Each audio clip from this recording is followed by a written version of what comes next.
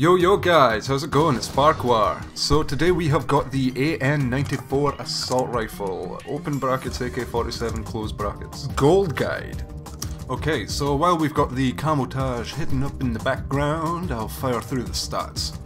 The AN-94 comes into the playground with a high damage of 40 up close, withering away to 24 at its weakest distance. This translates to a pretty reliable 3-hit kill up close to maybe 4 to 5 at a distance, especially if you do have a suppressor attached. Personally though, I found on average 3 to 4 hits, and that is good for a gun. So here we have it, again my credentials. I've managed to hit gold camo with the AN-94, and I've got to tell you guys, I loved every second of it, and I'm probably still going to continue to use this as my primary go-to gun. There's just so many unique ways and unique traits about this gun. Like I said, it's an AK-47, but it's a new age AK-47. It's the AN-94. Okay, so let's get straight to the testing with this gun.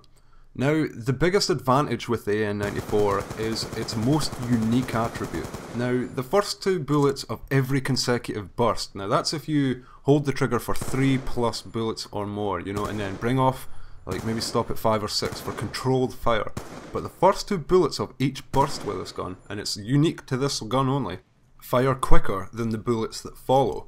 So it makes this an absolute dream to burst fire with. And if you can recognise the strength of the very dominant upward recoil on this gun, just counteract that by pushing up ever so slightly on your analog stick, mouse, whatever you're using, and you'll find the shots are almost bang on perfect every time. So here quickly I'm just going to test out grip. Fitting grip is a very wise choice for this gun. I never run this AN-94 without grip. So on the left you'll see without grip it's kind of very left and right. But on the right with grip we get a very tight but still very upward recoil. That's not bad because I'll come back to it later, it's all about the sights. But fitting grip gets rid of the left and right sway, and that's what knocks most of your shots off. Okay, so just now I want you to focus on that line and the row of dots or bolts, whatever they would be in real life, just above it. So the red pin in the centre of your sights is your dominant sight. That is where, if you aim, that's where your bullets are going to go. And that's relative to recoil. If you're spinning really quick, if you're jumping, bullets are always going to go where the red marker is. But there's sort of a hidden, untold trait to the sights that actually puts a lot of people off this gun. And I guess in a way that maybe puts you up with an advantage, because not so many people use this gun because they hate the sights, they think they're chunky. I admittedly did myself to start off with. But here we go, here's the thing. The red pin is where your bullets are going to go. You know, automatically assumed, yeah, correct. But the 2 notches just above that, on the sort of the ghost circle of the sight, is where the gun is going to end up after the first 2 shots have fired quicker and your gun has recoiled up. Now this is totally intentional, guys. The 2 notches you can use as a sort of a fully automatic. If you're charging into an area, you're expecting maybe 2 or 3 folk, you maybe want to start aiming with the 2 notches because you know that's where the gun is going to end up with the recoil, and that's where you want the majority of the focus of your bullets to go. But the one cool thing with the recoil of this gun and the sights is that you'll learn automatically to just sort of recognise when those 2 notches are at head height level, and that is the perfect situation. You've got 1-2 shots to the body really quick and then the rest of them on the head. Like I said before though, a lot of people can be actually put off by these kind of awkward sights. I love them, but if you are, just fit a tech sight and the gun still behaves exactly the same, and all you have to worry about is that 1 red dot. Okay, so quickly we'll just check out how the select fire attachment changes up this gun. It does come with a pro and of course a con. There is always some kind of buffer balance with these things. So the pro is that you basically get to take full advantage of that 2-round burst now. It's not 3 like you'd normally expect. You only get 2 bullets with burst fire selected on this. But you get to take full advantage of that speed increase, so at a distance, yeah, it's maybe not a bad choice, but it is heavily sensitive to motion, so make sure you are completely still and in a good position before you go to take out targets at range.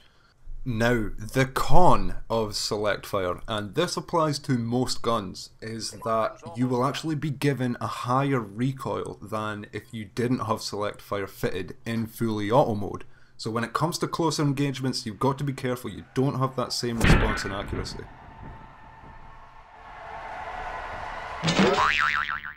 Almost.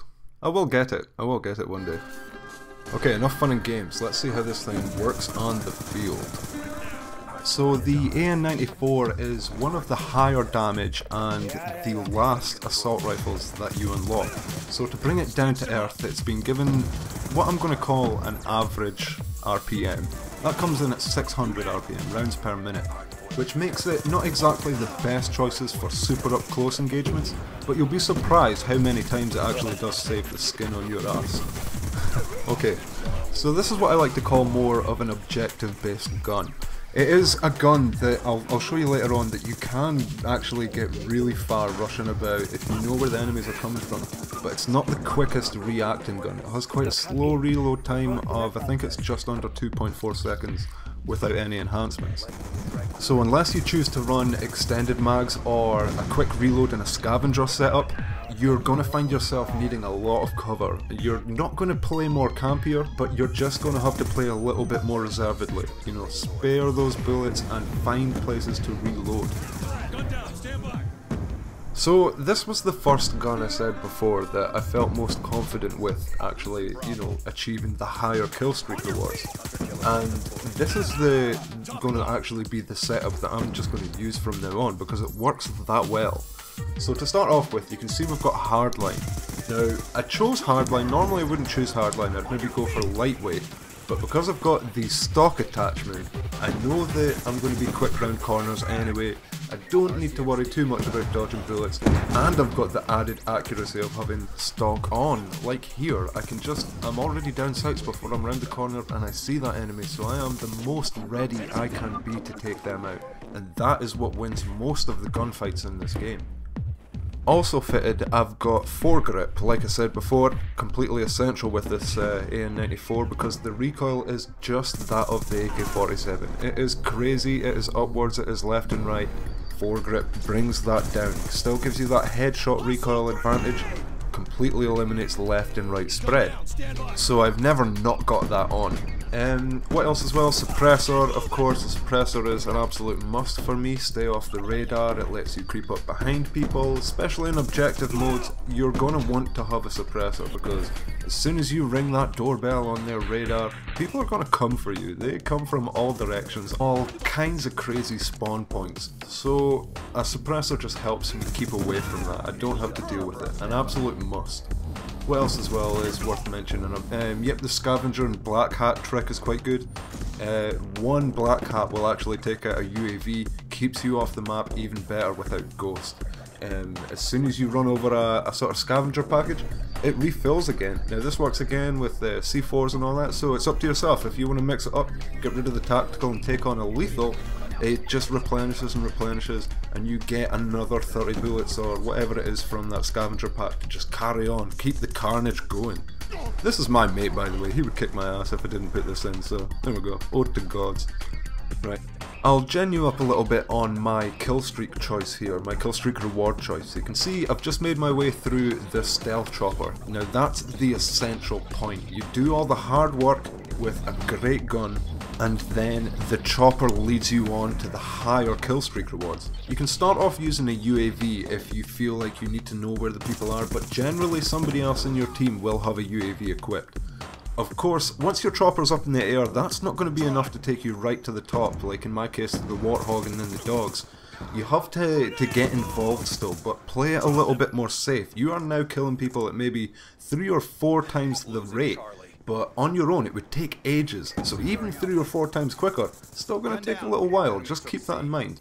So I am so close to actually scrolling through these amazing kill streaks twice, but I actually end up dying. 46 and 1? Not bad, it's actually a really good game, of course, you know, amazing game for me. But I kind of get glitched out here. I should have killed that guy and carried on. Somebody just came out the back. What the hell is this? So close. But anyway, There you have it, my gold guide to the AN-94, an absolute hard-hitting beast, slightly intimidating at first, but easy to tame. Well, at least now anyway. Okay guys, I've been Farqar. I'll speak to you all next time. One down! Enemy down!